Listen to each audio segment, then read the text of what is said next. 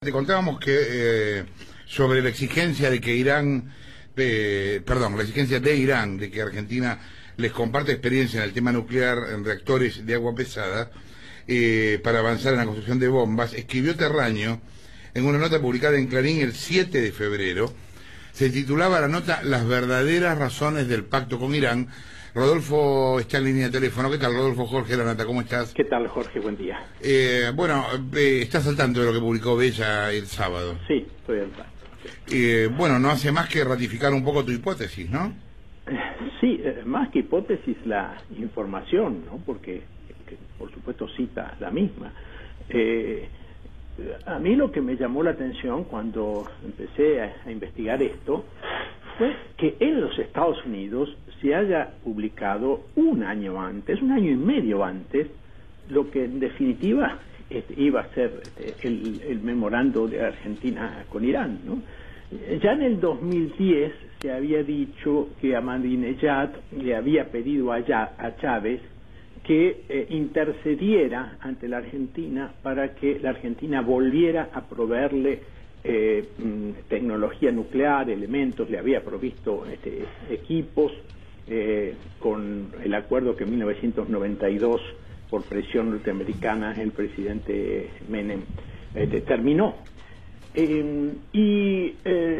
Se informaba también que en una entrevista que había tenido el vicepresidente venezolano, Elías Agua, y debido se había discutido esta cooperación.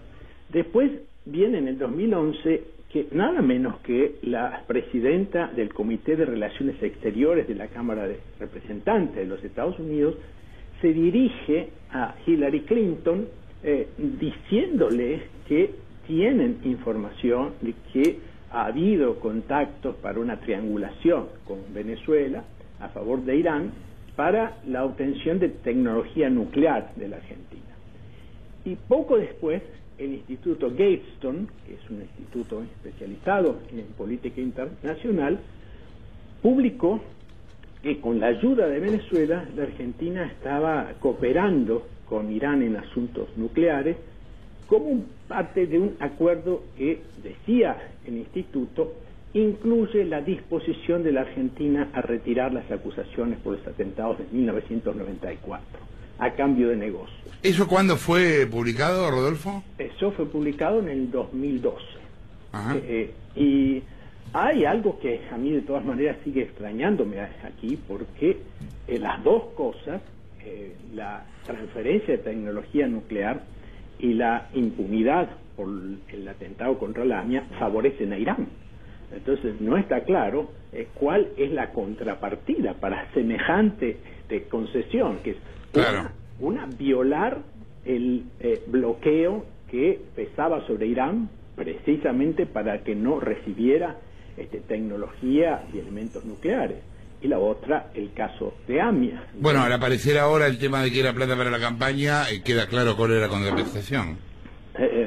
De todas maneras, me parece que hay una desproporción. Vos preguntabas hace un momento a Bocaranda ¿cuántas valijas? Claro. ¿Cuántos serán los montos? Como eso no es establecido, no puedo afirmar que hay una relación. Sigue pareciéndome que hay una desproporción y que hay algo que falta para armar este rompecabezas. Lo que decía el Gatestone era que eso era a cambio de negocios, sin explicar. Y en el 2012 también Timmermans le declara a la Agencia Internacional sobre Energía Nuclear, y esto lo recogen los iraníes, en la prensa iraní, critica Timmermans que el bloqueo sea un medio indirecto de limitar los derechos a la autonomía tecnológica y el uso pacífico de la energía por parte de Irán. Es decir, que iban acercándose, y el tema era ese. El propio canciller dice que la Argentina se opone a la proliferación, etcétera, etcétera, pero aclara, sin nombrar Irán, pero en definitiva, que lo que se está haciendo es limitar la autonomía tecnológica de Irán. Entonces, Que este elemento estuvo en la negociación parece indiscutible. Si fue anticipado en los Estados Unidos un año y medio antes, si fue anticipado en una comunicación de la Cámara de Representantes a la Secretaría de Estado, si se publicó en los Estados Unidos que un elemento del acuerdo era que la Argentina cesara sus acusaciones respecto de atentados de la AMIA. Después también hubo una publicación en Irán en la cual decía que había que cesar con todas las calumnias que se difundían y culpando a Irán, que no tenía nada que ver, y que para eso había que crear una suerte de comisión de la verdad. De modo que yo creo que está probado, diría, que el aspecto nuclear estaba incluido en el memorando, y sigo diciendo que todavía no he podido establecer cuál era el tema de la contraprestación. Gracias, Rodolfo, por la comunicación. Rodolfo Terraño, quien hablaba, dirigente radical, historiador, periodista. Nos preguntábamos, cuando sucede el asesinato de Nisman, por qué podía haber pasado. Y un razonamiento posible era el siguiente. Es cierto, desató un escándalo. Ahora, lo que no sabemos es qué hubiera pasado si Nisman hubiera seguido vivo, si el escándalo no hubiera sido mayor al desatado por su asesinato. Entonces, ahí empieza como a tener más lógica el hecho de que Nisman hubiera terminado muerto. No sabemos tampoco si tenía más pruebas, si tenía otras escuchas.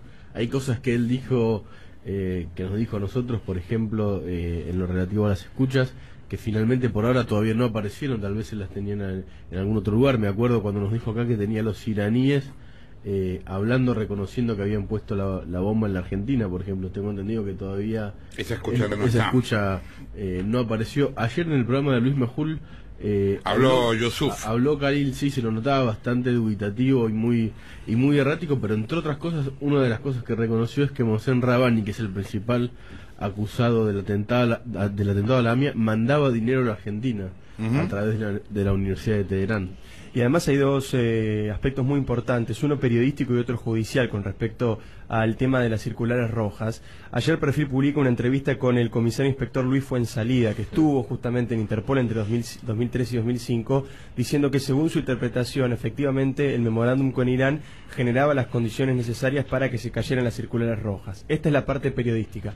La parte judicial, la aporta el fiscal Gerardo Policita en su apelación, que hay que leer con mucha atención, cuando dice que según él entiende, a través de la lectura de el reglamento de Interpol, tal como estaba escrito ese memorándum con Irán, no era Argentina quien tenía que pedir que se cayeran las circulares rojas, sino que ese memorándum le daba la posibilidad a Irán de pedir que se cayera. Explico cómo es, si querés, es sencillo. Eso se llama el challenge. Si dos países se someten el contrato, están diciéndole a Interpol, estamos en negociaciones, estamos resolviendo el problema. Cuando se arma el tribunal, en el mismo momento que se arma el tribunal, Irán puede solicitar un challenge, diciendo, nosotros ya estamos en negociaciones, lo vamos a arreglar entre nosotros, y entonces cae automáticamente. El tema va a seguir, porque Bella va a seguir publicando, la gente de Bella en Washington tiene más material sobre el asunto. Si, como decía Bocaranda, una de las fuentes es el ex decán de Chávez, seguro que conoce muchísimas más cosas y que tiene más cosas para contar. No, justamente te iba a decir eso, que fue muy interesante cuando Bocaranda nos contó eso, que el edecán de Chávez está en Washington. Quería agregar algo sobre el tema nuclear con Irán.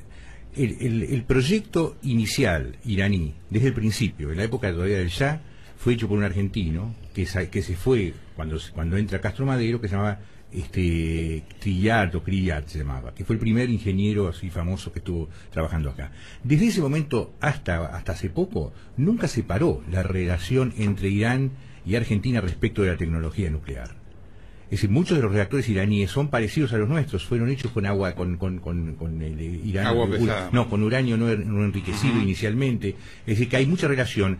Y hasta hace poco, una vez encontramos, creo que lo habíamos comentado acá, todavía hace unos años atrás se exportaba, que seguramente sería material nuclear, y cuando nosotros detectamos eso, lo cambiaron. Eran 2-3 millones de dólares, que si bien no es mucho dinero, es importante porque esos 2 millones pueden ser agua pesada, o puede ser, no agua pesada, puede ser uranio enriquecido, alguna cosa. La realidad es que eso lo cambiaron, lo pusieron como material eléctrico, después lo cambiaron en los informes, pero nunca es una investigación que salió también en The Nation, que la hizo Gareth Porter, nunca se cortó la relación con Irán respecto del material nuclear.